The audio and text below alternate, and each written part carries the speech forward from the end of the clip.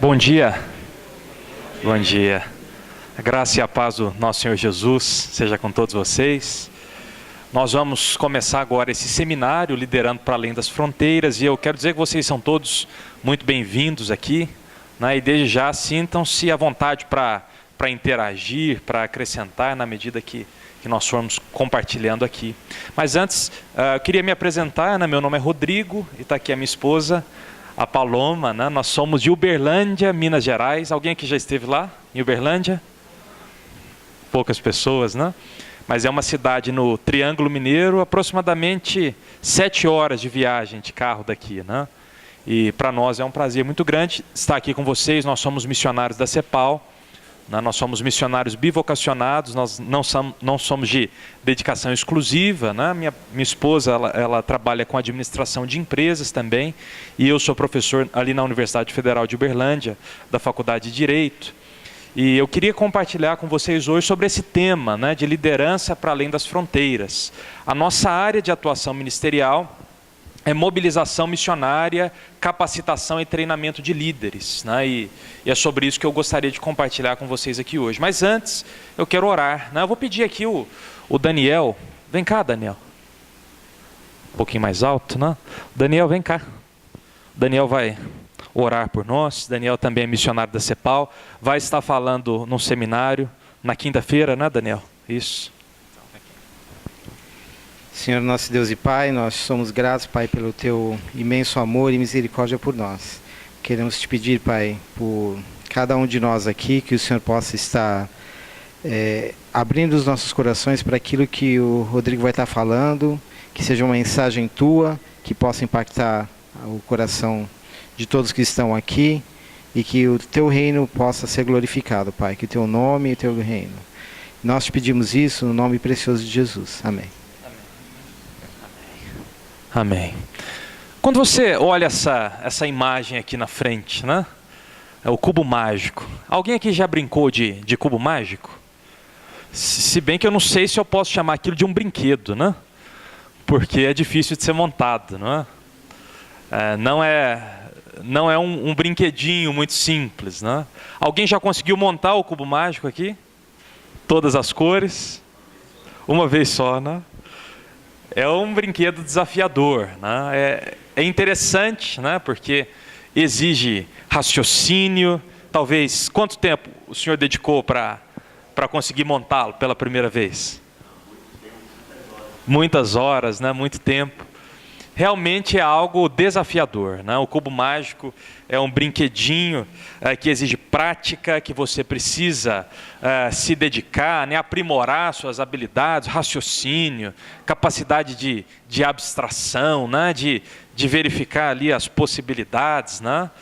Girando as peças até que todas as cores fiquem organizadas, cada lado completamente de uma cor, né? Então é algo desafiador. E ser um líder, eu achei interessante essa imagem que eu encontrei, né? A cabeça de um líder como um cubo mágico, né? Que também está cheio de desafios, né? Eu creio que talvez a maioria de vocês aqui sejam líderes de alguma área na igreja ou de uma organização, né? Talvez estejam envolvidos com uma ONG, uma agência missionária, uma igreja, dentro da igreja, talvez departamentos, ministérios, grupos pequenos. Nós sabemos que a liderança ela pode ser desenvolvida em várias áreas, e em todas as áreas. É claro que há situações de maior complexidade, de menor complexidade, mas todas as áreas exigem essa dedicação, o esforço. São oportunidades, mas são desafios também. E hoje eu queria compartilhar acerca dessas complexidades que existem na liderança, especificamente tratando desses desafios na era global, né? As nossas oportunidades e desafios como líderes na era global. Nós vivemos num período peculiar da história, né? Uma situação que foi sendo construída, né? Um acúmulo aí durante vários séculos, né? Mas uma situação que nós chegamos hoje em que as fronteiras vão se diminuindo, né? A cada dia mais, né? Você tem menos fronteiras, e antes haviam barreiras, né? Comerciais, hoje os mercados estão se abrindo. Antes, para você fazer uma viagem internacional era algo raríssimo, né? Caríssimo. Hoje algumas viagens são mais baratas do que talvez para o Nordeste, para quem não mora lá, né? São caríssimas dentro do Brasil e fora, talvez você encontre num preço bem acessível. Então as barreiras vão se diminuindo, essas fronteiras vão cada dia mais ficando flexíveis, né? Essas diferenças mais tênues. Nós vivemos uma era peculiar da história. E um sociólogo, né, chamado Benjamin Barber, ele escreve um artigo chamado Macworld e o Jihad, né? Não sei se alguém já leu esse texto, ele é um sociólogo. E ele utiliza essa expressão que depois vai ficar muito conhecida, que é o Macworld. Né? Ele usa o símbolo, né, do McDonald's para expressar o significado, né, a realidade dessa nova época. Uma época em que nós temos grandes marcas que são conhecidas no mundo todo. Né? Há pouco tempo nós estivemos ali na China visitando alguns missionários e você tem tudo que tem no Brasil, nos Estados Unidos, nos grandes centros lá. Você tem McDonald's, Subway, né, e assim por diante.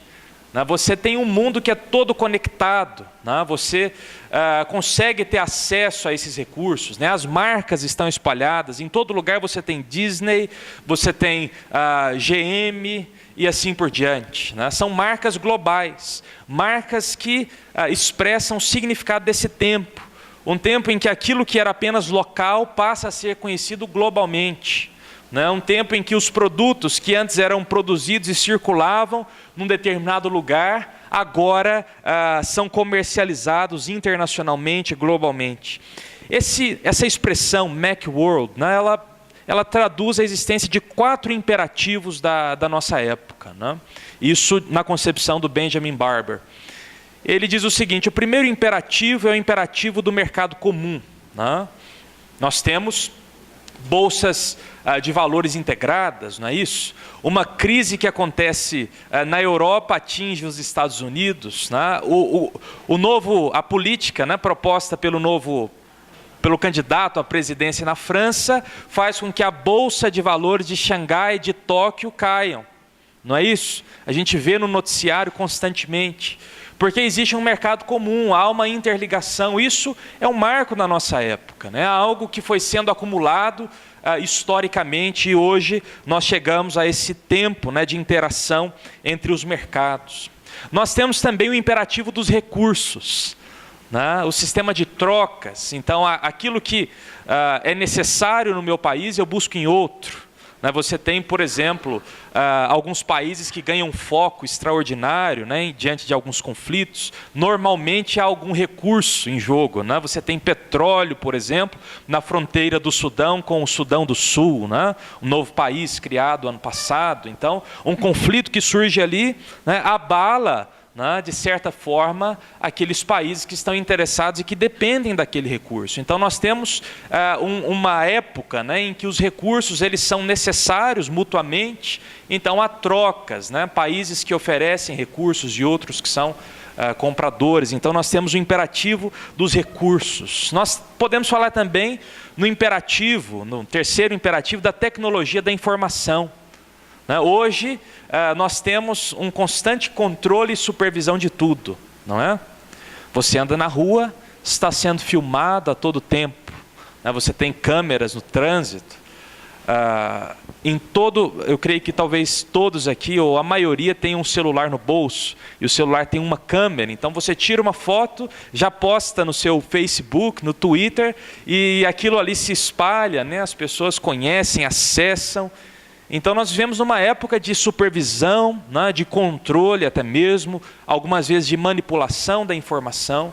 A tecnologia de informação foi sendo desenvolvida e isso é um imperativo nos dias de hoje. Assim como o mercado comum, assim como o imperativo dos recursos, da tecnologia da informação, nós temos ainda a questão ambiental, né, que é discutida globalmente. Alguns países se recusam a reduzir, por exemplo, a sua emissão de carbono, né?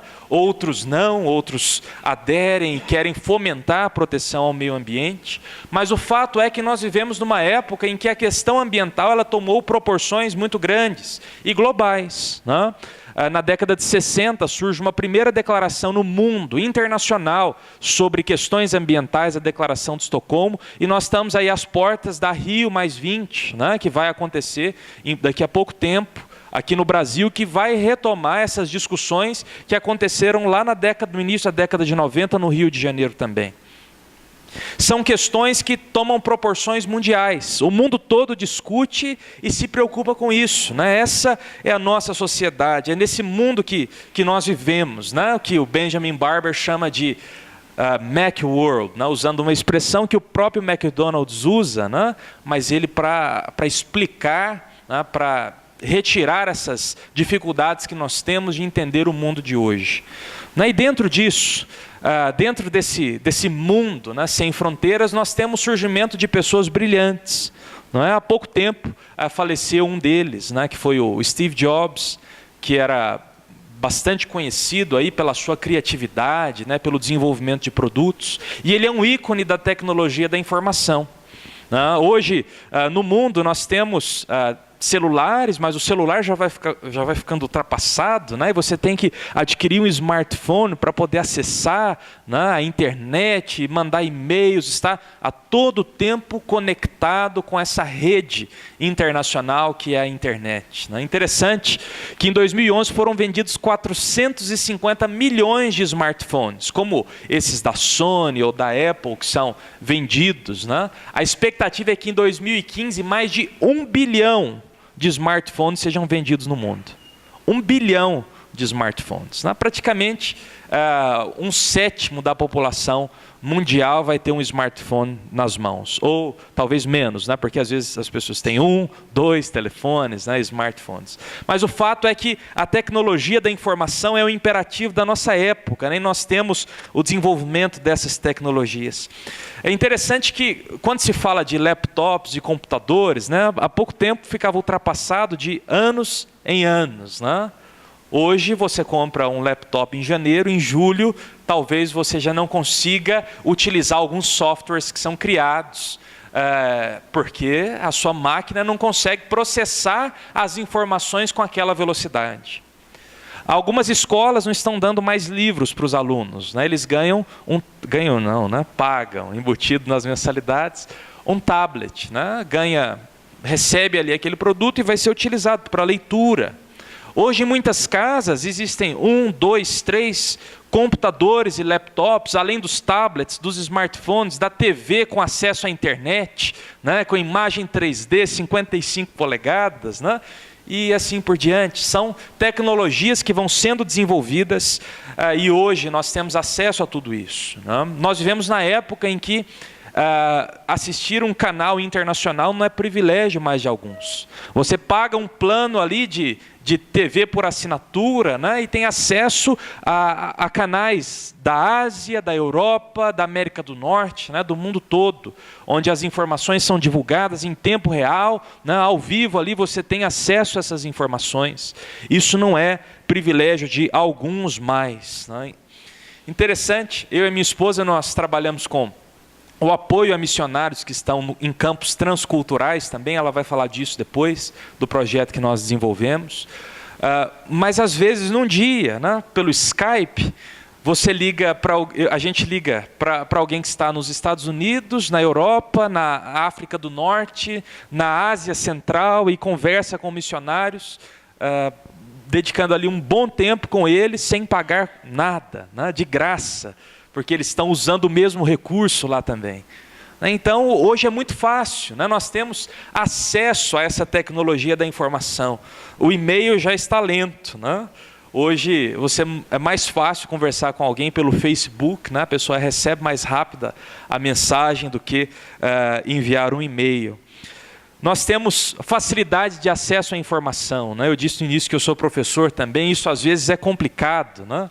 Porque hoje você tem bibliotecas virtuais à vontade, né?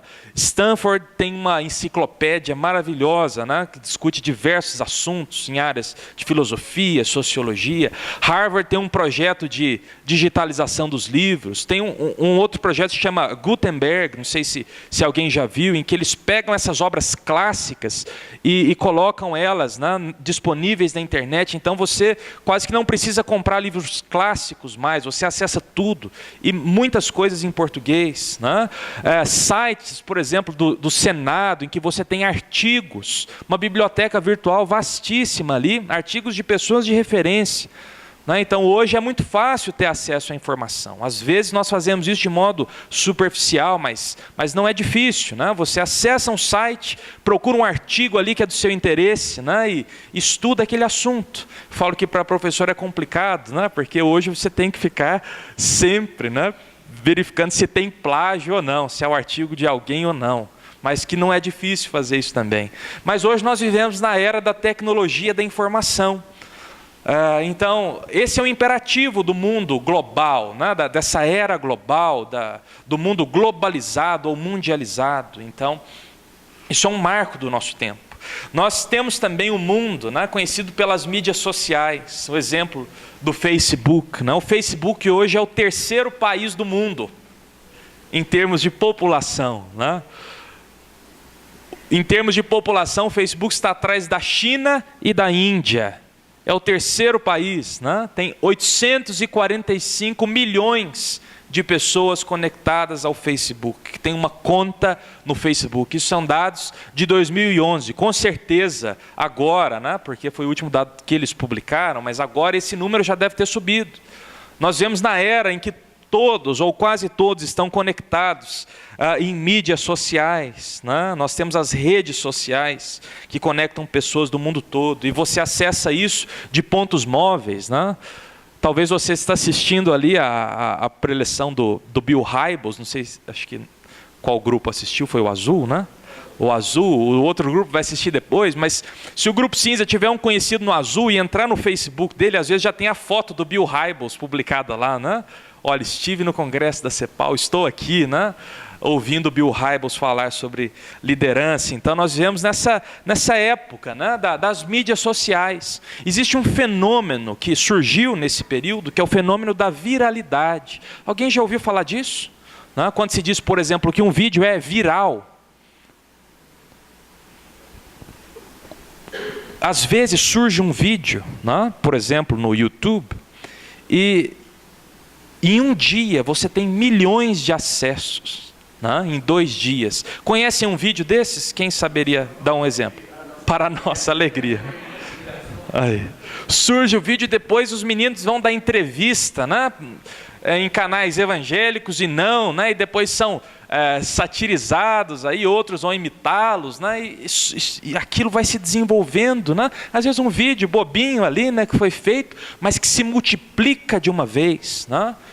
Então, às vezes, coisas mais simples ou mais relevantes, né? Você tem, por exemplo, no início desse ano, foi criado um vídeo sobre a principal crise humanitária do mundo, né? O vídeo chama Kobe 2012. Alguém ouviu falar desse vídeo?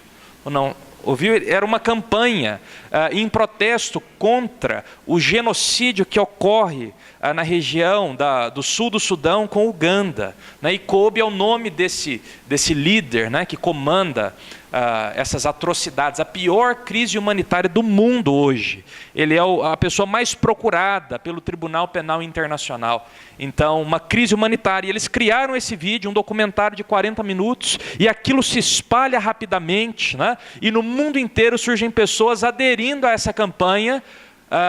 E nesse vídeo eles faziam uma chamada, né, para que no dia, não me lembro se era 21 de abril, alguma coisa assim, no mundo todo as pessoas imprimissem um cartaz ou um folheto e pregassem nos postes, nas ruas. Eu não sei como foi a repercussão disso, mas o fato é que no mundo inteiro as pessoas estavam assistindo esse vídeo. Então o mundo hoje, né, em um dia você consegue criar algo que é conhecido, né, por pessoas de diferentes partes do mundo. Algumas pessoas criticavam, né, essa ênfase na tecnologia da informação e nas mídias sociais acerca do isolamento, né? A pessoa vai ficar isolada. É claro que fisicamente, se você ficar na frente do computador, você vai ficar isolado, né? Vai ficar isolado. Isso não é um erro, né? Agora, o fato é de que a geração de hoje é uma geração que está constantemente em conexão com outras pessoas. Talvez você mesmo, ou tem um filho, um sobrinho, né, que vive conectado, né, e ele está conversando com pessoas de diferentes lugares, né? Existem alguns que são multitarefas, né, e fazem muitas coisas ao mesmo tempo, mas o fato é que a geração de hoje é uma geração que está constantemente conectada. É o BlackBerry ou o smartphone aqui, e tem o laptop, o tablet, a televisão, e está vendo tudo ali ao mesmo tempo, conversando com pessoas de diferentes lugares, né? Então nós temos as mídias sociais, que são às vezes usadas por empresas também, né? Marketing positivo, ou então para verificar o que estão falando de negativo sobre aquela empresa. Criam departamentos específicos acerca disso, né? Temos até das empresas emergentes que para fazer o culto naquele momento, cada um na sua casa, na internet. Exatamente. Olha, quase que uma comunidade virtual, né, cristã, que é criada. É claro que às vezes tem pontos positivos, tem pontos negativos, né? Mas a questão é que essa é a realidade de hoje, né? Que essas mídias sociais, esses recursos, né, estão ao acesso de todos e muitos o utilizam. Então, esse é o fato, né? Essa é uma característica da era global. Uma terceira característica é a mundialização da economia, né? São duas expressões que são utilizadas. Mundialização, normalmente os franceses utilizam essa expressão, vem do latim, né? E globalização, os de fala inglesa, né? Anglo-saxões utilizam o termo globalização, mas que tratam do mesmo fenômeno. Esse fenômeno em que os mercados vão se interagindo, né? Um artigo do Georges Benck, um professor da Universidade de Sorbonne, em Paris, né? Ele comenta esse fenômeno da mundialização econômica, e as suas principais características são a integração dos mercados e a intensificação dos fluxos de investimento em escala planetária, né? Intensificação dos fluxos de investimento. Vejam, nós tivemos recentemente, né, conhecendo a Wall Street. Às vezes a gente ouve falar do Wall Street, né, tem até aquele pessoal que estava fazendo um protesto, né, na frente ali na rua Wall Street, e às vezes a gente tem uma ideia, né, olha, o mercado mais conhecido do mundo, né, o nome mais famoso quando se fala de comércio, né, de transações e de bolsas é o Wall Street, não é isso? Né? Quando teve a quebra da Bolsa de Valores, isso afetou o mundo todo. Mas, na verdade, é uma ruazinha, né, pequena, com 3 quarteirões, mas que tem ali a principal Bolsa de Valores do mundo. Uma crise que afeta um país e acontece naquele lugar, as principais discussões, isso se espalha pelo mundo todo. Porque os fluxos de comercialização são intensos, né? São intensificados nos dias de hoje. Então, algo que acontece num ponto, né? Isso ultrapassa aquelas fronteiras. Nós temos a multiplicação de empresas transnacionais, isso especialmente na década de 90, né? Com a liberalização dos mercados. Então, o Brasil passou por isso, né? O neoliberalismo atingiu o Brasil. E na década de 90 e agora no século 21, cada dia mais vão se multiplicando as empresas que têm acesso, ou melhor, que têm filiais no mundo todo. São empresas que vão além das fronteiras de um país, né, de um determinado território. E com isso nós temos vários fenômenos. Por exemplo, o deslocamento da produção. Então você tem o escritório da empresa na Inglaterra, mas a fábrica fica lá no Sudeste Asiático, né? Ou então você tem, o Brasil faz exportações, por exemplo, de frango através da Perdigão para a China, para a antiga União Soviética, e por isso os profissionais do Brasil são enviados para lá, né? Ou então, como nós temos um caso em Uberlândia, ali, alguns paquistaneses que moram na cidade, porque eles foram contratados por uma empresa produtora de frango, né? Para fazerem o abate do animal, da maneira que os muçulmanos aceitam, porque eles exportam para países como o Paquistão, Afeganistão e assim por diante. Então é um mundo em que os profissionais estão se deslocando constantemente. Você tem a presença de pessoas de diferentes culturas em todos os lugares. Então nós temos o mercado se mundializando, bolsas de Londres e Nova York, por exemplo, no Ocidente, tão importantes quanto bolsa de valores de Tóquio ou de Xangai no Oriente. Então é um mercado totalmente integrado, e a crise que afeta um país afeta o restante do mundo. Então isso é um fenômeno dos dias de hoje, da mundialização da economia. E juntando tudo isso, um outro sociólogo chamado Manuel Castells, em 94, ele escreve uma obra, A Emergência da Sociedade de Rede, da sociedade em rede, porque ele observa que a sociedade está toda conectada como uma rede, e ele diz o seguinte, olha, a nossa sociedade é como uma rede, de linhas e pontos. Então você tem alguns elementos que estão conectados, então você tem fluxos, por exemplo, como uma rede de interação. Então nós temos pontos de conexão e linhas de fluxos. E ele diz o seguinte, olha, a sociedade, o mundo contemporâneo é como esse, como uma rede, em que esses elementos estão todos interligados. Então ele diz, olha, essas linhas são os fluxos de informações.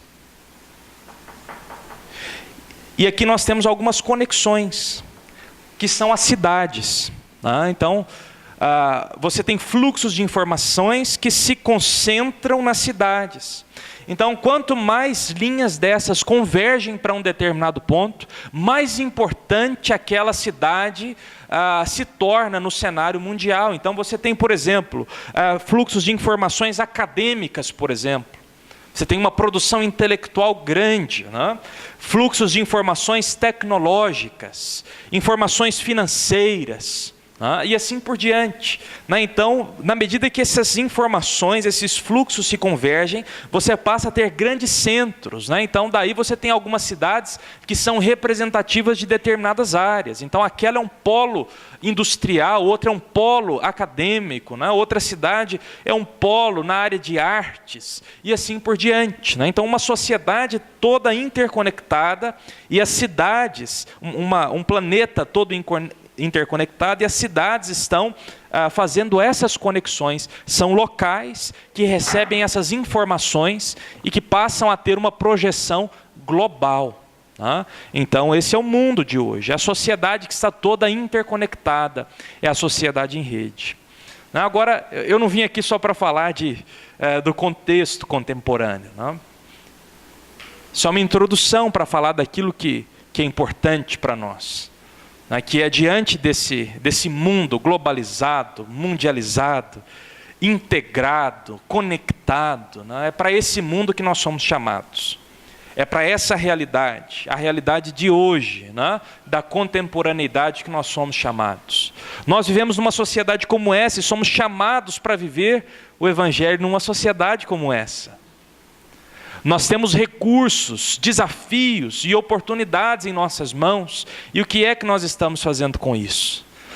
Nós sabemos que existe um comando para nós. O Senhor Jesus, Ele nos deu uma ordem. Eu creio que se Ele fez isso logo antes da sua ascensão, talvez seja isso que Ele queria enfatizar de fato. Se vocês tiverem que lembrar de alguma coisa, lembrem-se disso. Vão pelo mundo todo e preguem o Evangelho a todas as pessoas. Vão e façam discípulos de todas as nações. E nós sabemos que o fim somente virá quando o Evangelho do Reino for pregado ao mundo todo. Vejam que a ênfase é na totalidade. Pelo mundo todo, de todas as nações, em todo o mundo. Não é apenas a uma parte desse mundo. E hoje nós vivemos num mundo integrado, num mundo conectado. Então talvez seja mais fácil cumprir essa tarefa hoje. Mais tarde vocês vão ver o relançamento de um projeto, né, maravilhoso, né, o Conhecer Deus. Quem esteve aqui no ano passado viu o lançamento oficial, né, e agora vai receber uma nova injeção aí esse projeto, um site que está sendo acessado por milhares de pessoas. Né, no primeiro dia de acesso, né, foram 12 mil usuários nesse site que fala das boas novas de salvação. Nós somos chamados para pregar nessa sociedade em rede, né, para sermos cristãos nesse mundo de hoje. E nós vivemos numa época privilegiada, né, no Kairos, né, um tempo oportuno, né, um tempo estratégico, de investimentos que foram feitos no passado.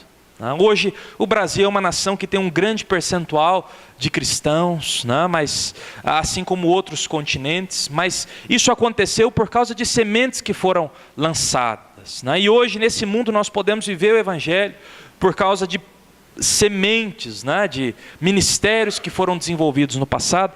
E eu queria falar um pouquinho sobre essa nossa realidade hoje, mas com ênfase no papel da igreja e a realidade hoje missionária do mundo, de evangelização do mundo. Né? E nós vamos constatar que hoje existem avanços rumo ao sul, né? Ao hemisfério sul. Você tem a multiplicação de cristãos no hemisfério sul, nesse último século, né? Mas isso é fruto de um trabalho que foi realizado no passado. O trabalho de missões modernas começa especialmente no século XVII, né? 18, século XVIII. Né? O século XVIII é considerado o principal marco na história missionária para chegar até os dias de hoje. Né? A Ruth Tucker, ela comenta que só no século XVIII que vários grupos começaram a reconhecer sua responsabilidade para evangelizar aqueles que ainda não conheciam o Evangelho. A Reforma Protestante fez algo maravilhoso, né? Ela buscou o retorno aos princípios basilares do cristianismo. Então se fala de somente a Escritura, né? Somente a Deus a glória, a graça, a fé. Mas não foi dada uma ênfase inicialmente, né? Ou talvez a prática inicial não foi essa, né? De alcançar as outras nações. Isso começa no século XVIII, com um movimento que nós com certeza ouvimos falar, que são os morávios, né? Esse é o lema, o símbolo dos morávios, o emblema que eles adotaram, né? Que dizia: o Cordeiro venceu, vamos segui-lo. O Cordeiro Jesus venceu e nós precisamos seguir o Cordeiro. E eles, vocês talvez conhecem essa história, né? Eles entregavam as suas próprias vidas, se vendiam como escravos. Né? Na década de 1720, um grupo de 24 pessoas, 12 homens, 12 mulheres, né? Começaram uma reunião de oração, de intercessão por unidade. Né? E essa reunião durou mais de 100 anos, e missionários foram enviados para as partes mais remotas do mundo, locais que nem se pensava que existiam. Esses missionários alcançavam, porque eles se vendiam como escravos, eles iam como profissionais, chegaram à Groenlândia, né? Alcançaram esquimós, foram para o centro da África. Hoje missionários vão até esses lugares achando que são pioneiros, e chegam lá, existe o emblema dos morávios, porque eles já tinham passado por aquele lugar. Né? Isso aconteceu com o missionário que nós conhecemos, o Ronaldo Lidório, né? Esteve aqui no congresso ano passado. Na África, num lugar desses, foi reconhecida ali a obra missionária que os morávios fizeram. Então isso no século XVIII, e foi o pontapé inicial para o movimento de evangelização mundial.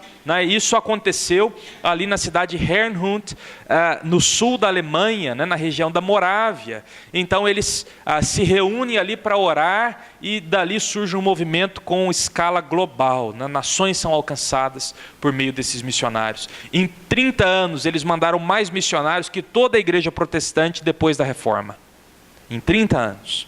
Então isso é algo tremendo, né? Algo maravilhoso que Deus fez através desse pequeno grupo de pessoas.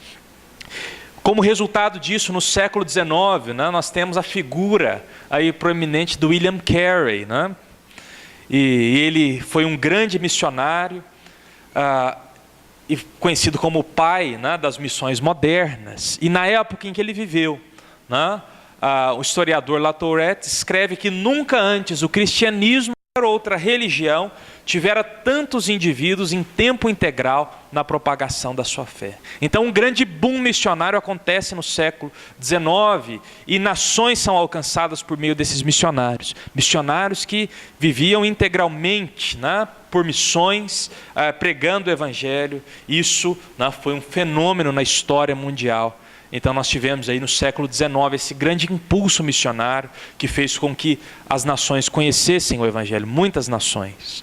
E no século XX nós tivemos aí a grande ênfase nos Estados Unidos, né, que ainda são os maiores enviadores de missionários, apesar de que nas últimas décadas houve uma redução do número de missionários enviados, mas com certeza, né, o grande símbolo aí de obra missionária são os Estados Unidos pelo investimento que fazem e fizeram na obra de evangelização. Então nós temos aqui dois exemplos, duas figuras, que são Cameron Townsend, que fundou a Wycliffe, né, que é uma organização que trabalha com a tradução da Bíblia para línguas que ainda não têm as escrituras, né?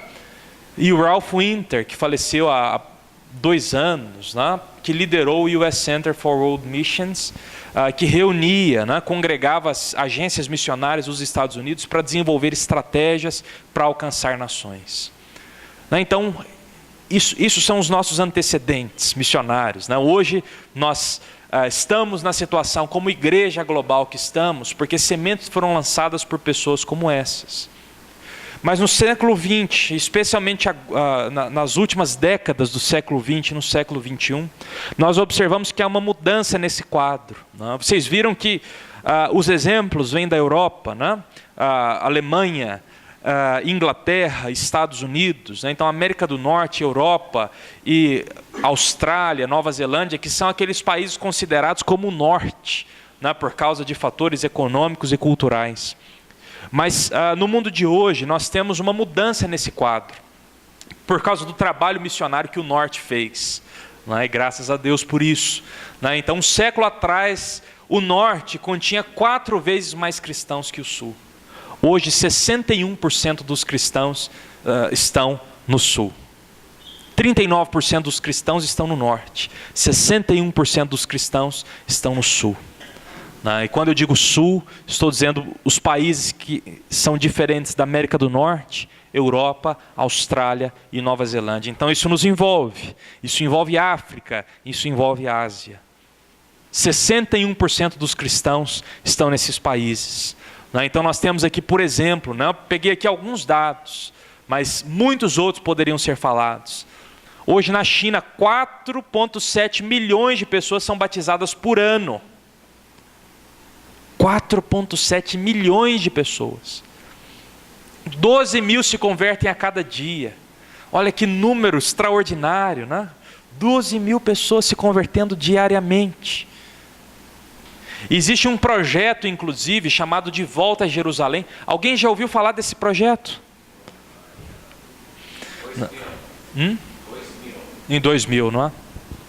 O projeto era que a China enviaria de 50 a 100 mil missionários pela antiga Rota da Seda, saindo ali da China, passando pela Ásia Central, né? E a Rota da Seda se bifurcava, ia até Jerusalém, passava pela Europa, né? Mas era da China até Jerusalém, a rota que a seda que era produzida na China percorria, né? Então a ideia é que esses missionários voltariam por esse caminho, né? Fazendo aquilo que foram chamados, né? Essa obra desafiadora que é alcançar as nações. Então nós temos esse projeto, né? De volta a Jerusalém, né? De levar a palavra de Deus por esse caminho de volta, né? E olha que interessante esse número. Em 1949 existia 1 milhão de cristãos na China. Hoje estima-se que existem de 90 a 130 milhões de cristãos na China. Glória a Deus por isso. Olha que coisa extraordinária. Essa mudança maravilhosa, sementes que foram plantadas séculos atrás, por exemplo, por Hudson Taylor, né, que fez várias viagens ali na região de Xangai, né, lançando sementes, e hoje na China são mais de 100 milhões de cristãos. Isso é algo extraordinário, né? Eu disse, nós tivemos a oportunidade de visitar a China recentemente, né? Até um dos nossos missionários da CEPAL, o Luiz Amaro, que trabalha na China, está aqui ministrando seminários, falando sobre entrada criativa, né? E nós visitamos e pudemos conhecer e orar com cristãos chineses ali e ver como a fé é genuína, como Deus está fazendo grandes coisas ali naquele lugar. Igrejas se multiplicando, né? Caseiras, algumas oficializadas, reconhecidas pelo governo, né? Mas o fato é que a obra de Deus está sendo realizada naquele lugar e nós precisamos louvá-lo por isso, né? Então, isso é uma realidade. Nós temos um outro caso, né? O nosso projeto é voltado especialmente para apoiar países na Ásia Central, né? Ali nós tivemos em 2007, 2010, visitando equipes de missionários ali. Visitamos pessoas em diferentes partes do país, tanto na capital, em Tashkent, quanto no interior do país, né? Algumas pessoas que vivem uma situação de opressão, é um país que sofre grande perseguição. E eles tiveram a Bíblia traduzida para o seu idioma só em 1992. 1992. E isso apenas o Novo Testamento numa linguagem difícil de ser compreendida, mas eles têm agora a Bíblia, né? O Novo Testamento. O Antigo Testamento é em fase de finalização e eles estão fazendo uma versão atualizada do Novo Testamento. Isso está acontecendo agora. Eles estão reunidos como equipe de tradutores no Quirguistão agora, para realizar uma avaliação de 1 Pedro, né, que foi feita a atualização do livro, né? Então isso é algo maravilhoso. Eles vão ter a Bíblia no seu próprio idioma, acessível a pessoas, né? E o cristianismo, que ainda é pequeno no país, logo, logo poderá se multiplicar, porque a palavra vai ter sido traduzida no idioma deles, né? Então, isso no Uzbequistão agora, na década de 90 e no século 21. Nas Filipinas, 93 milhões de habitantes, 92% de cristãos em geral, né? 12% de evangélicos, mas 92% de cristãos num país asiático, né? Então nós temos as Filipinas também como um país importante no cenário missionário. Há uma promessa de que as Filipinas serão um dos grandes enviadores, juntamente com a China, de missionários para aquela região onde existe maior perseguição, a chamada janela 10/40. A igreja filipina, nós coordenamos um curso que foi criado pela igreja filipina e hoje está em mais de 50 países no mundo. Um curso voltado para mobilização missionária, né? Então, é um país da Ásia, mas que está tendo uma projeção muito grande no que diz respeito ao cumprimento da grande comissão. Nós temos o exemplo da Coreia do Sul, né? Todos já ouviram falar do Paul Yang-cho, não é? Que tem foi pastor, né? Agora não é mais pastor da igreja, mas da igreja do Evangelho Pleno de Yoido, com 1 milhão de membros, né? Olha que número, né? Templo para 26 mil pessoas. E até pouco tempo essa era a maior igreja do mundo. Talvez aqui você chegou com essa informação. Olha, Igreja do Evangelho Pleno, né, da Coreia do Sul tem o maior templo do mundo, né, mas isso não é mais realidade. Eles continuam com um templo muito grande lá, com prédios enormes para os cursos, mas não é mais a realidade. O fato é que hoje, né, isso reconhecido pela BBC e pelo Guinness, o maior movimento, né, religioso do mundo, com o maior templo, é uma igreja cristã evangélica, né, chamada Tabernáculo da Fé, na Nigéria. Num final de semana, o templo é para 50 mil pessoas, mas eles têm em volta uma área aberta, uma esplanada com lugares, né? Num final de semana, mais de 2 milhões de pessoas se reúnem naquele lugar, todo final de semana, para ouvir a mensagem do Evangelho. Então esse é o maior templo do mundo hoje, um templo para 50 mil pessoas, reconhecida pelo Guinness, como a maior igreja do mundo, e pela BBC, o movimento religioso que cresce mais rapidamente no mundo. Na África, num país em que hoje, quem viu alguma notícia, né, em sites cristãos essa semana ou 2 semanas atrás, sabe que existe um grande conflito e que os nossos irmãos sofrem muito naquele país, né? Mas esse fenômeno está acontecendo ali, né? Um crescimento veloz. No Egito, a Igreja da Caverna, já ouviram falar dessa igreja? É uma igreja copta, mas que se reúne numa caverna. E essa caverna ela é toda detalhada, trabalhada, né? Que são arquibancadas. Tem na frente ali um espaço onde são feitas as pregações, os louvores. Nessa caverna se reúnem mais de 10 mil pessoas, numa caverna. Numa caverna. Então, um fenômeno também extraordinário, numa região muito pobre, muito carente da cidade. E a África como um todo, em alguns países hoje, mais de 50% da população é cristã, e 20 mil africanos se convertem a cada dia. Talvez você já até viu aquele livrinho, né, do Reinhard Bonnke, um alemão, né, e tem algumas fotos ali. 1 milhão e 500 mil pessoas, né, em cidades como onde está aquele templo, Laos, né, na Nigéria, ou outras cidades, numa cruzada evangelística. Né, então isso é algo extraordinário. Está acontecendo na África, né, está acontecendo ali naquele país. Um crescimento explosivo da igreja naquele lugar. E nós, como Brasil, né, nós temos aí denominações grandes, né, temos movimentos importantes, e os evangélicos estão crescendo aqui no país. Esses dados são da FGV, né, de 2009, 20,2, mas pela projeção do IBGE, né, nós somos aproximadamente 26% hoje no Brasil. Então, um crescimento muito grande no Brasil.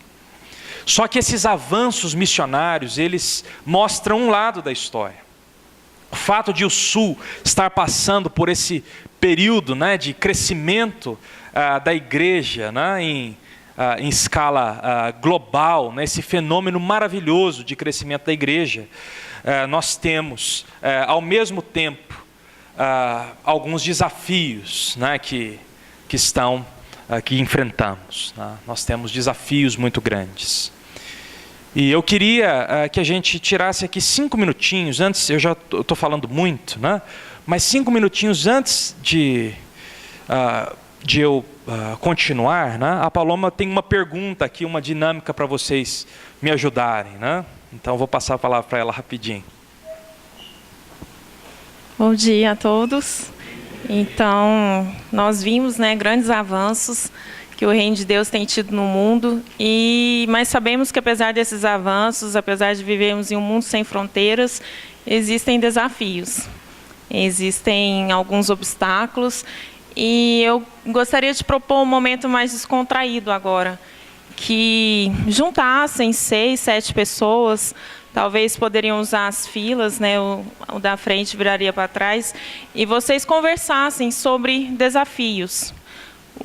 Quais vocês acham que são os desafios hoje na tarefa de evangelização? Seja local, nacional e internacional. E que vocês conversassem uns 5 minutinhos, buscando encontrar o maior desafio para cada grupo. Qual o maior desafio que vocês acham que nós temos hoje na tarefa de evangelização mundial, nacional e internacional? Tudo bem? Então, vamos ter esse momento mais dinâmico, em que vocês podem se juntar de 7, 10 pessoas.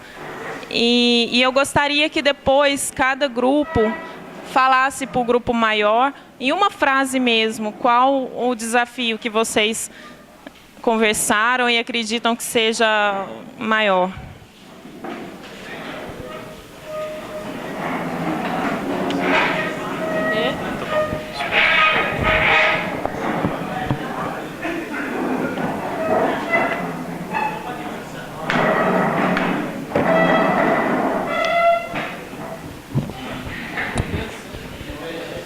Só complementando, depois desse tempo, um representante de cada grupo vai em uma pequena frase, senão o tempo aqui voa, né? Em uma pequena frase expressar qual é o principal desafio para a expansão da igreja hoje no mundo, tá certo? Uma pequena frase.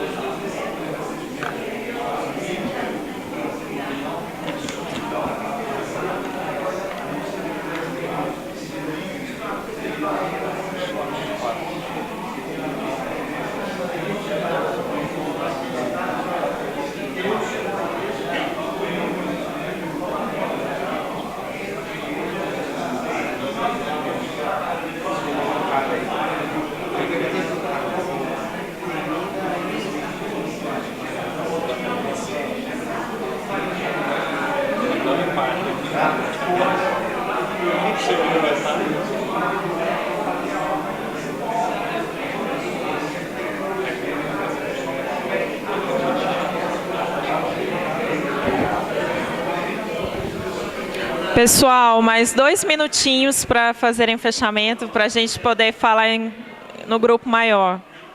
Abaixo.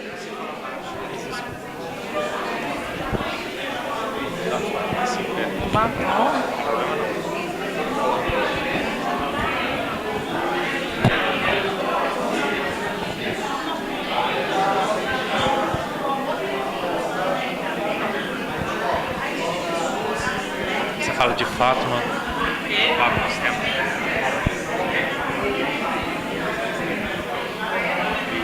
Vamos discutir alguns agora coletivamente. Você passa para mim.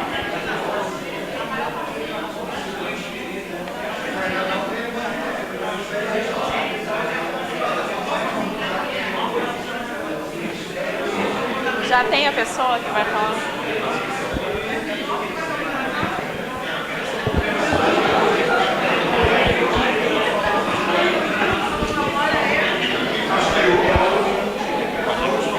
Pode ir? Chama. Ah? Como que eu... Tá bom. Pessoal, deu para fazer um fechamento no grupo? Vamos compartilhar agora com o grupo maior. Eu gostaria que um representante de cada pequeno grupo falasse uma frase, qual que foi o maior desafio identificado pelo grupo.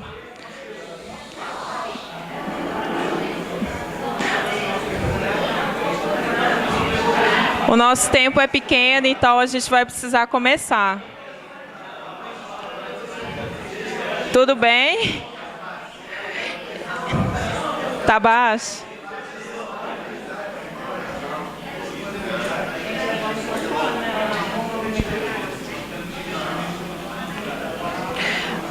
Quem gostaria de começar? Qual o grupo? E vocês podem falar. O maior desafio, nós chegamos aqui a uma conclusão, né? Que o maior desafio é gerar líderes comprometidos com as missões, com o evangelismo. Tá? Eu acho que é o maior desafio. Nós chegamos a esse acordo. Então, o grupo, o maior desafio para eles foram gerar líderes comprometidos com a grande comissão. Vocês? Esse microfone chega para frente. Amém. Eu acho que a grande dificuldade entre nós aqui é, como ele falou, né? E estou bem esquecida, que é 40 centímetros, mais ou menos, entre a mente e o coração. E, assim, a concordância que, se nós pensarmos com a nossa mente, se conscientizarmos que nós precisamos de levar o evangelho, né, e deixar o coração falar, né, o Senhor falar mais forte, sentir o amor por essas pessoas, eu acho que não há barreira. Então, é a mente e o coração que tem que falar mais alto. Porque a dificuldade financeira, muitos têm, mas muitos estão lá, né? E não olharam para a situação financeira, não olharam para a cultura, para nada, mas deixou o amor falar mais alto pelas vidas que estão perecendo lá fora, né? Outro grupo. Se a pessoa quiser vir aqui, que o microfone não chega aí.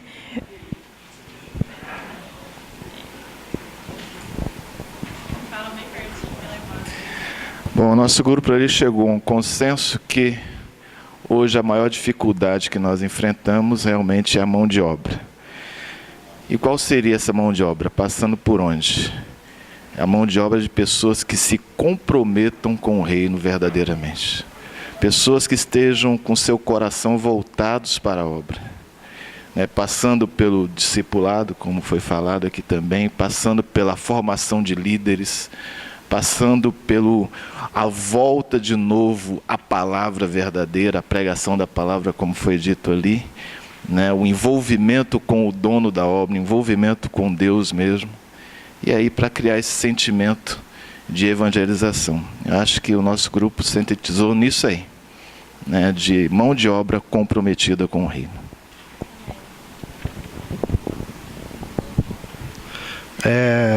Todo mundo está falando basicamente a mesma coisa. Então, o nosso grupo também chegou a uma conclusão da falta de habilidade e comprometimento de pessoas, de líderes, que não, que muitas vezes viram massa numa igreja e não querem trabalhar, não querem participar de um treinamento, não querem ir à frente, né? Obrigada.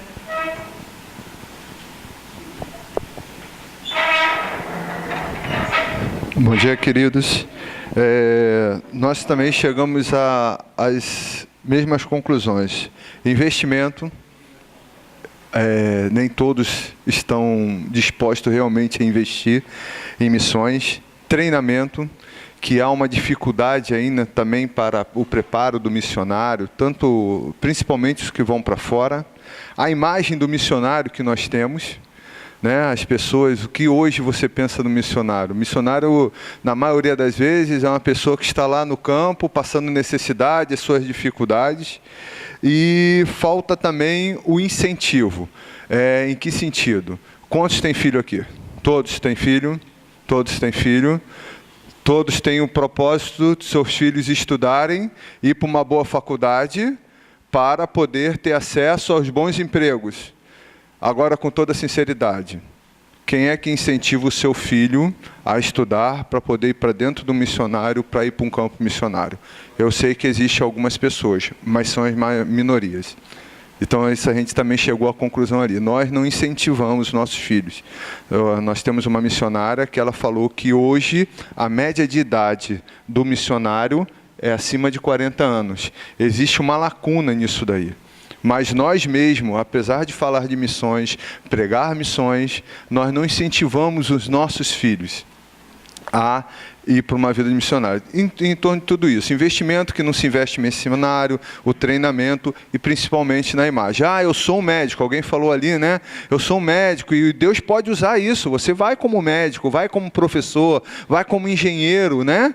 Mas aí tem aquela situação, peraí, eu gastei todo esse tempo para você, esses anos, você agora é um bom engenheiro, pode ganhar um bom dinheiro aí no mercado de trabalho, você vai ser missionário?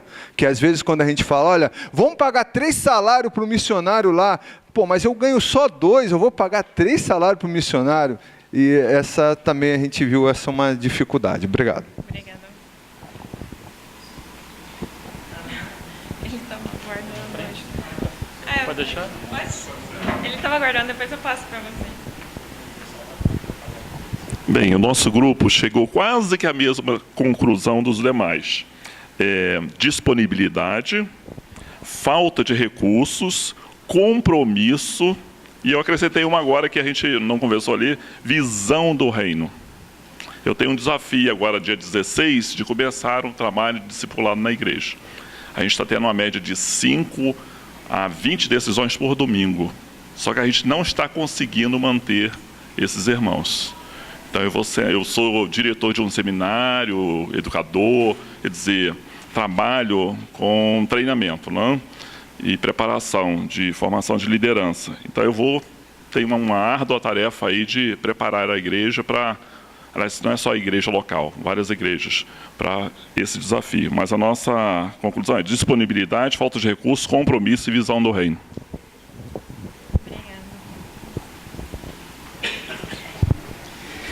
Nosso grupo viu a necessidade de cumprindo a lei da semeadura em todas as estações. Essas estações como etapas, como níveis, cumprindo o Atos 1:8, Jerusalém, Judéia, Samaria e confins da terra. Então, colocando etapas com vários níveis, né, de evangelização e de missão. E principalmente devolver a semente e quem trouxe a semente até nós. Mais algum grupo?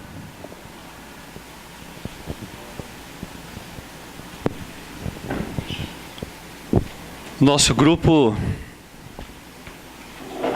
discutimos a falta de comprometimento da igreja local, a qualificação dos missionários e investimento, resumindo tudo, na falta de visão daquela pecinha de trás do púlpito, que muitas vezes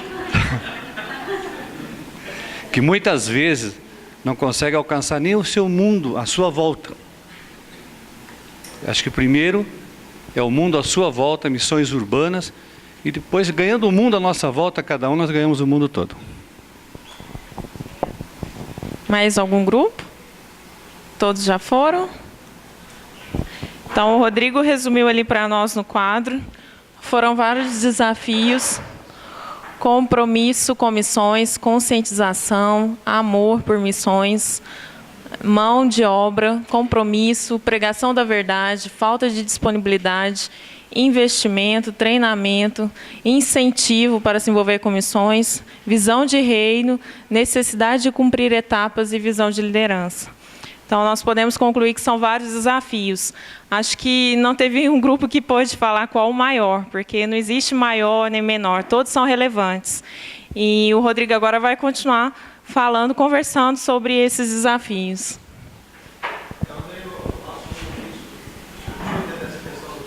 Uhum.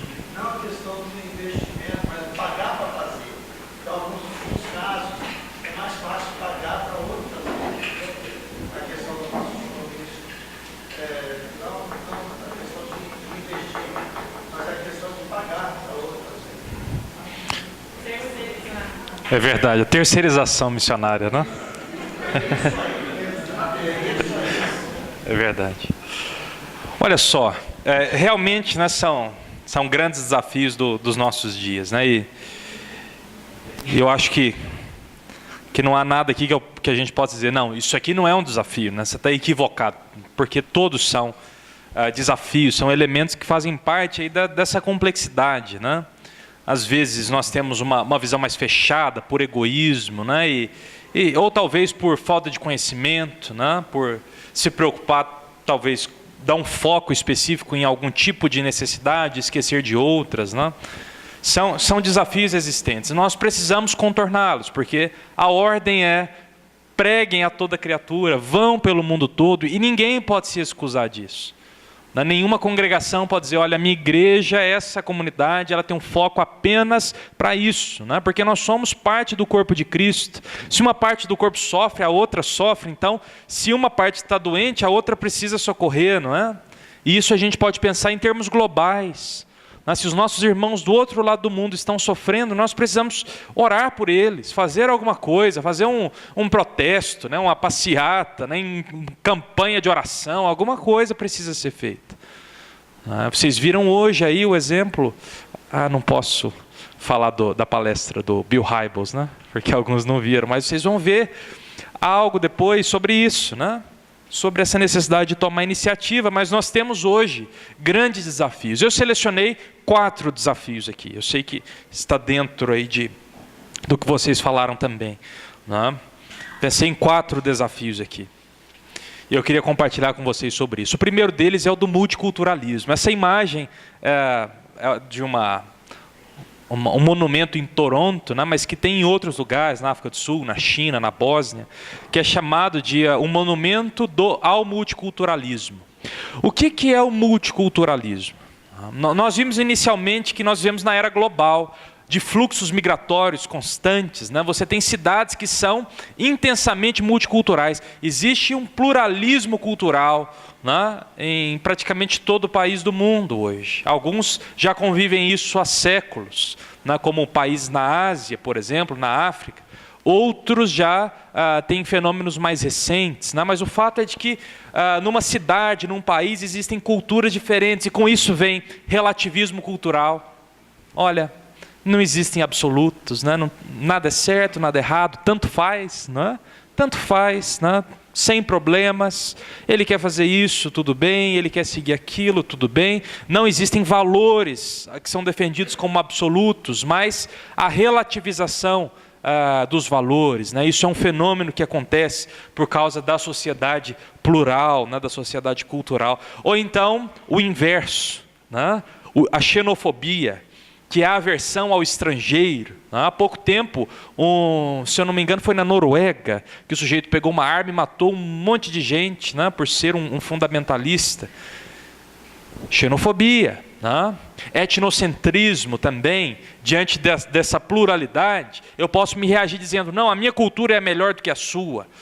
Então, se você é um missionário, né, você pode querer impor a sua cultura ao outro, e não apenas a pregação do Evangelho. Então, tudo isso está envolvido, porque nós vivemos numa sociedade multicultural, e isso é desafiador. Como lidar com culturas diferentes, né? Você como um líder, como liderar pessoas que têm bagagens culturais, experiências diferentes. Como você, como líder, pode lidar com essas culturas diferentes. Hoje se fala em tribos urbanas, né? Então você tem grupos que têm uma identidade cultural diferente dentro da mesma cidade, pessoas da mesma nacionalidade.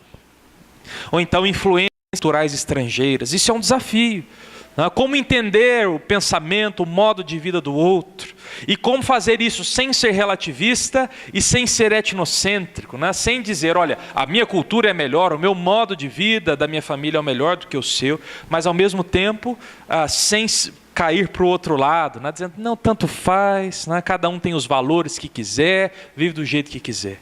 Nós precisamos equacionar isso, né? Como podemos ser cristãos numa sociedade multicultural? Isso é um problema. Isso é um problema.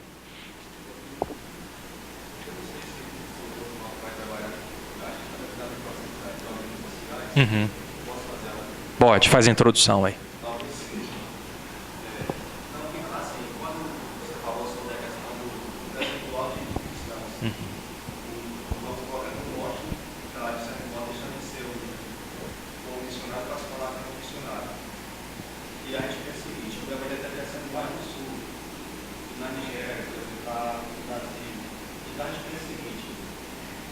Depois da Idade Média, com a atividade da filosofia, principalmente e outras palavras, da autonomia humana,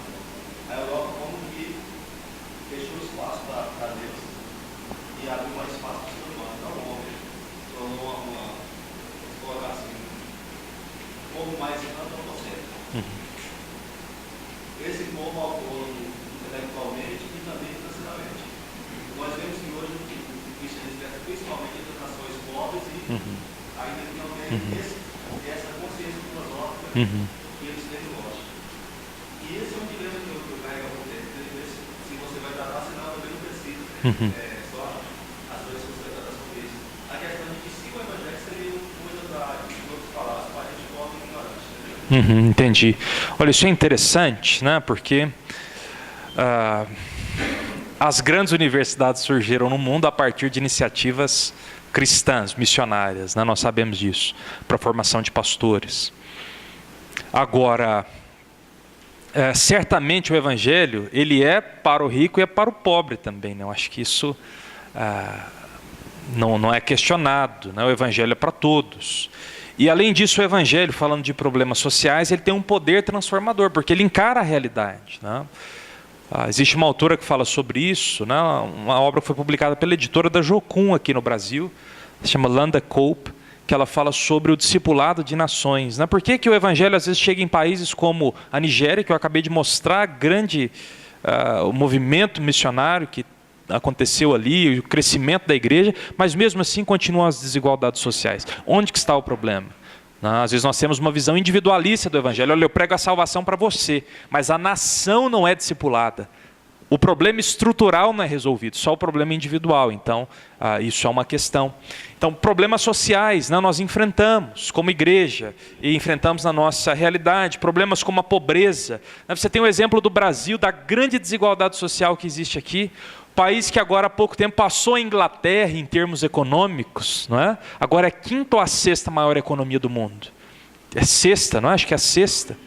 5º, né? Uma grande potência econômica, mas um dos países onde existe talvez uma das maiores desigualdades sociais do mundo. Você tem a concentração de riqueza nas mãos de um, né, e uma grande pobreza em várias regiões do país, né, a maioria das pessoas. Então nós temos um problema social grave de desigualdade, de corrupção, que é estrutural também, né? Começa na pessoa, na sua privacidade, vai até os cargos públicos, né? Então nós temos aí um problema social grave. Aqui eu quero apontar algumas questões. Nós temos o problema da perseguição religiosa. O meu tempo agora está curtinho, né? Eu ia passar esse vídeo, mas depois vocês entram no site da Missão Portas Abertas. E, inclusive, um preletor da Portas Abertas vai estar aqui no Congresso, né? O Medardo. Mas entrem no site da Missão Portas Abertas e assistam esse vídeo, que comenta sobre alguns países onde existe a perseguição religiosa.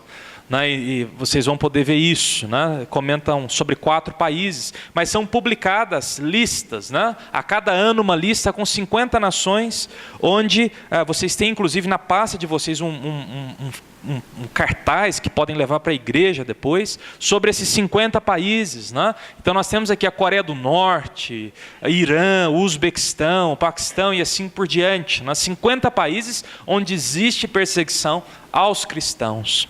Uma outra organização chamada International House, que foi criada depois da Segunda Guerra Mundial, faz também um diagnóstico da democracia no mundo e praticamente coincide com esses países, onde a democracia e a liberdade é menor, maior é a perseguição aos cristãos. Então nós temos esse quadro global, né? Então esses são problemas que nós enfrentamos. Um outro problema é o da amplitude da tarefa, né? Então nós temos o multiculturalismo, né, como um problema, nós temos os problemas sociais, nós temos o desafio da perseguição religiosa e agora o tamanho da obra que nós temos que fazer.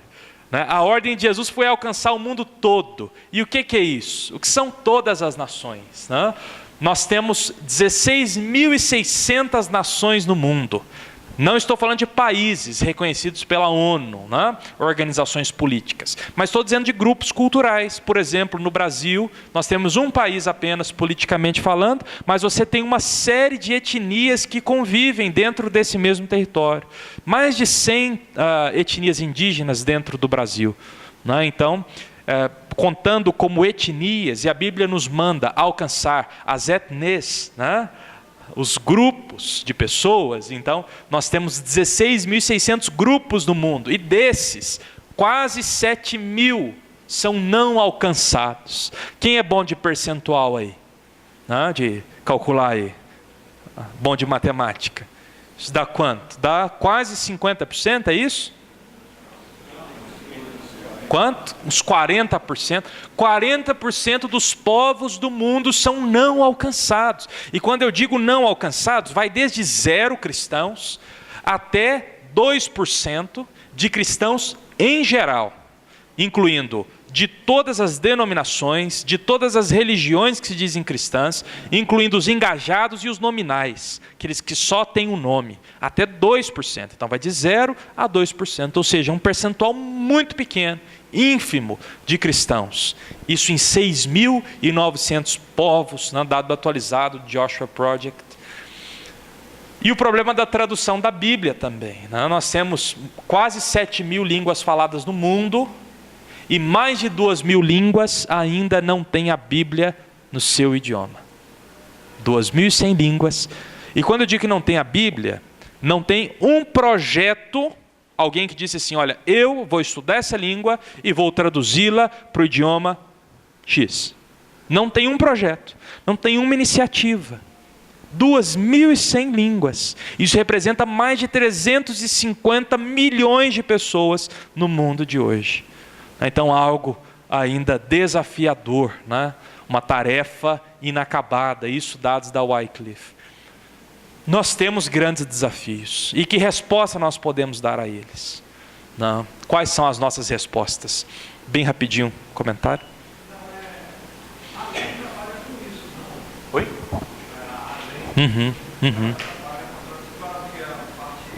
Isso. Exatamente. Exatamente. É um desafio muito grande, porque são línguas difíceis. Às vezes a língua não tem um alfabeto, então tem que se criar o alfabeto, cria a literatura e depois alfabetiza os nativos, com os códigos que foram criados. Hoje fui colocar nesse que a Europa, isso daqui a Europa tem que parar. Só que na Europa, os muçulmanos têm crescido de forma Isso. Mas os muçulmanos têm gasto bastante tempo, tem 400 milhões de europeus que se converteram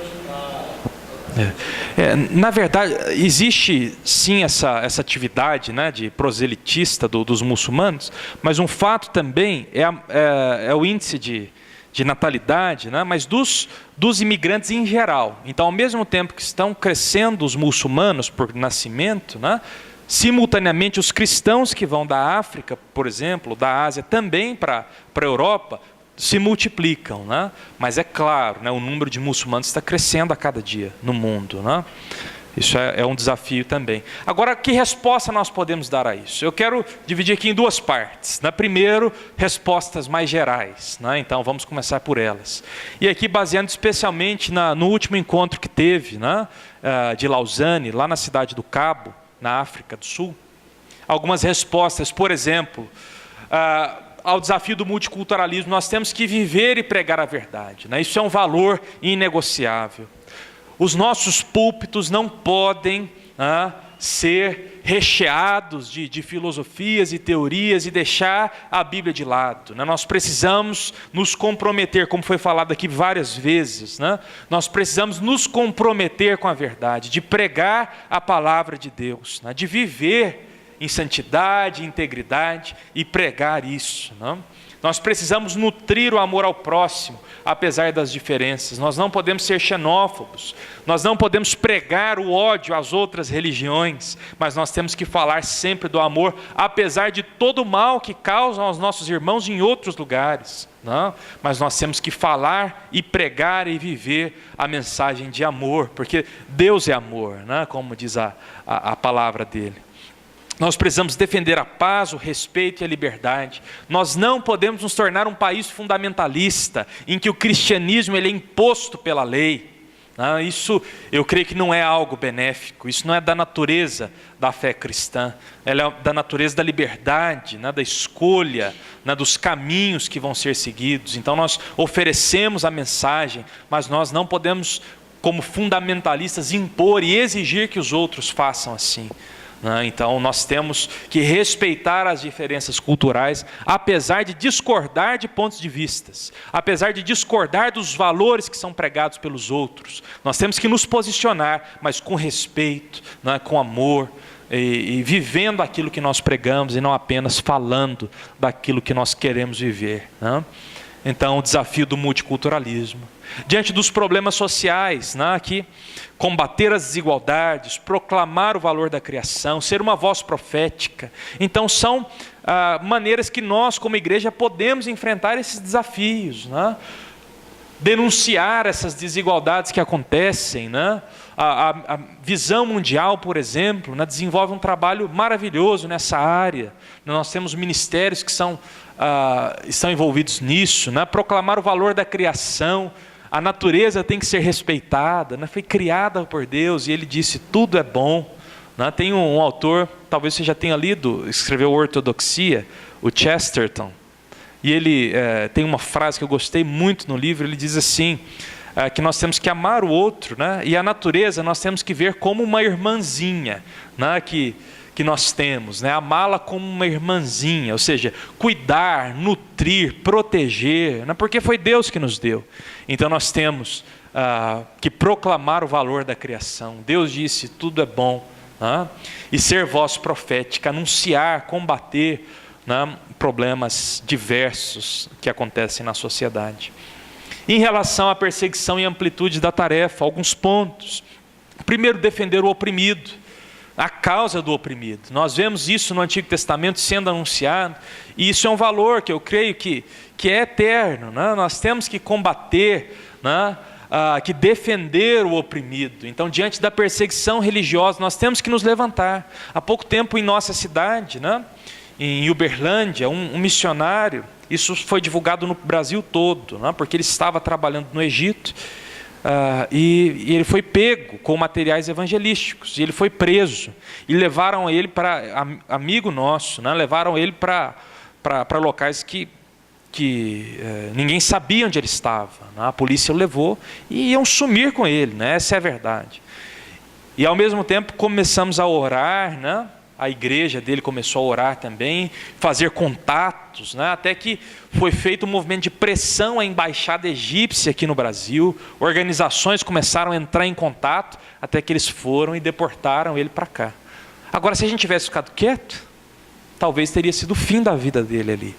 Mas nós nos posicionamos, desenvolver estratégias missionárias. Então, às vezes você tem aquele grupo que é etnocêntrico, como você vai entrar num país chamado de fechado, Na verdade, nós temos que pensar em formas criativas de entrar. O país não é fechado, o país ele é aberto.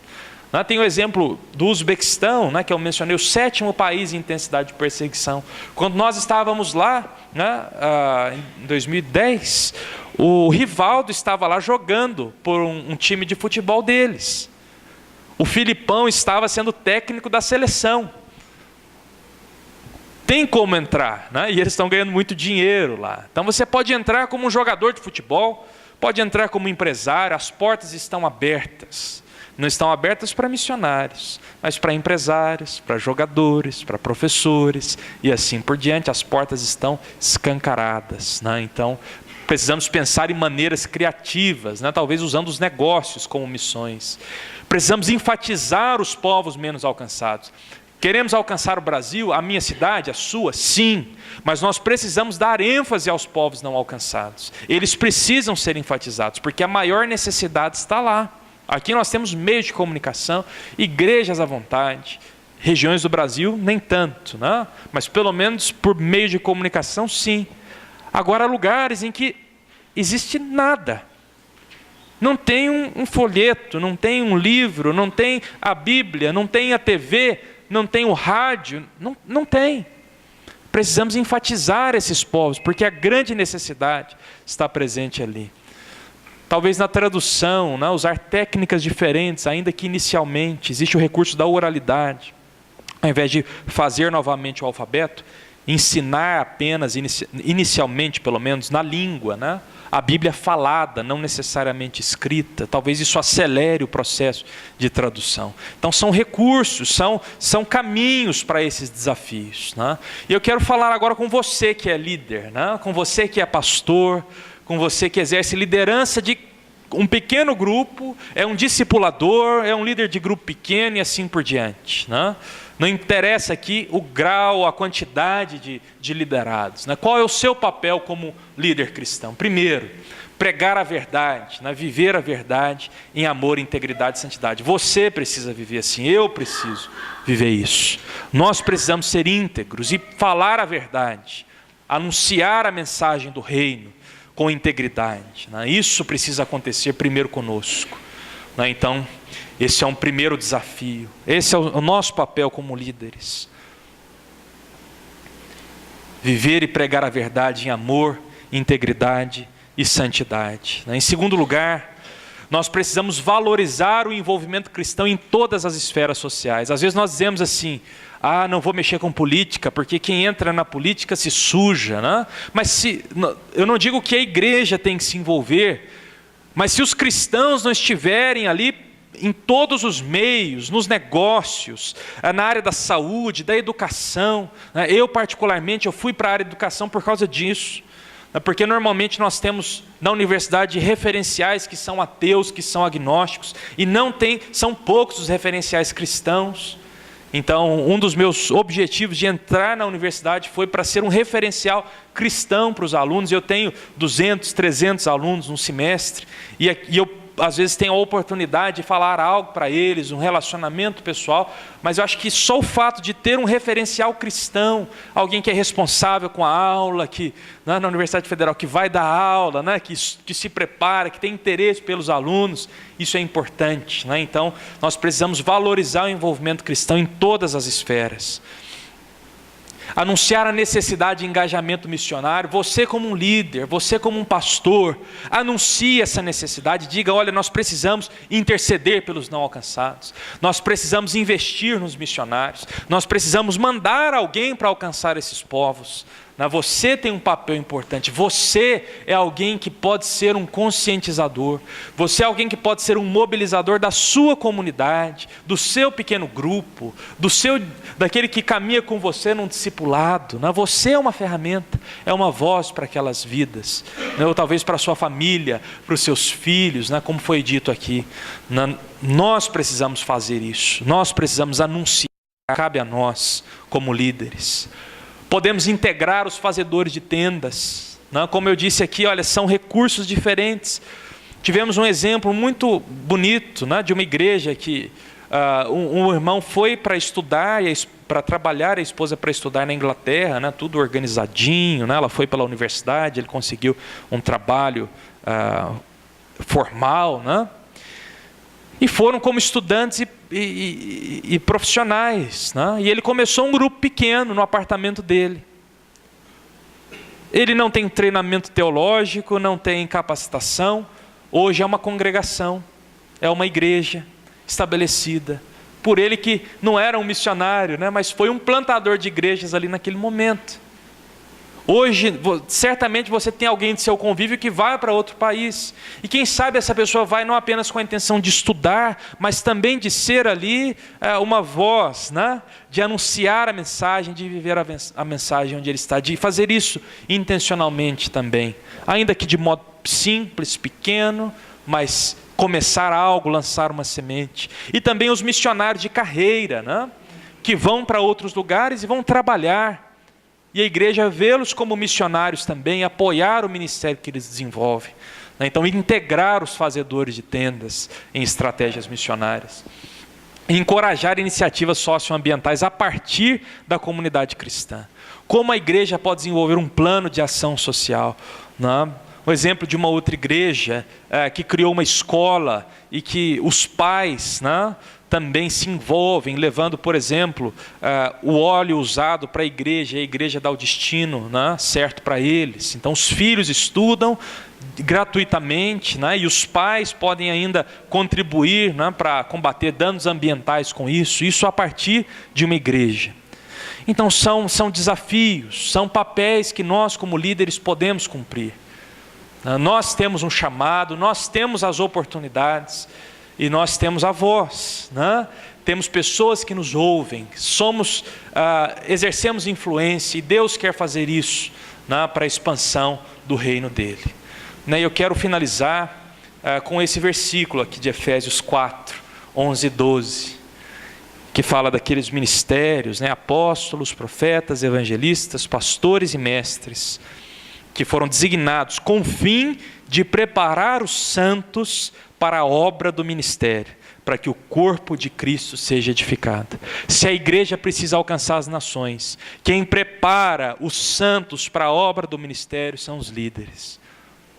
Você tem um desafio da parte de Deus para a sua vida. Se você não é líder, você é um cristão e tem esse desafio sobre a sua vida, de se envolver com aquilo que Deus está fazendo.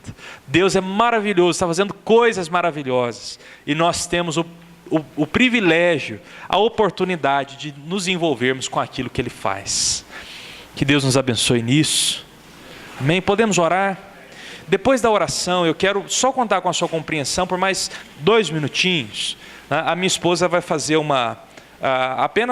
mostrar um pouquinho do projeto que nós desenvolvemos. Se você quiser conhecer mais depois, pode nos procurar. Mas peço a sua paciência só mais 2 minutinhos, tá bom? Vamos orar.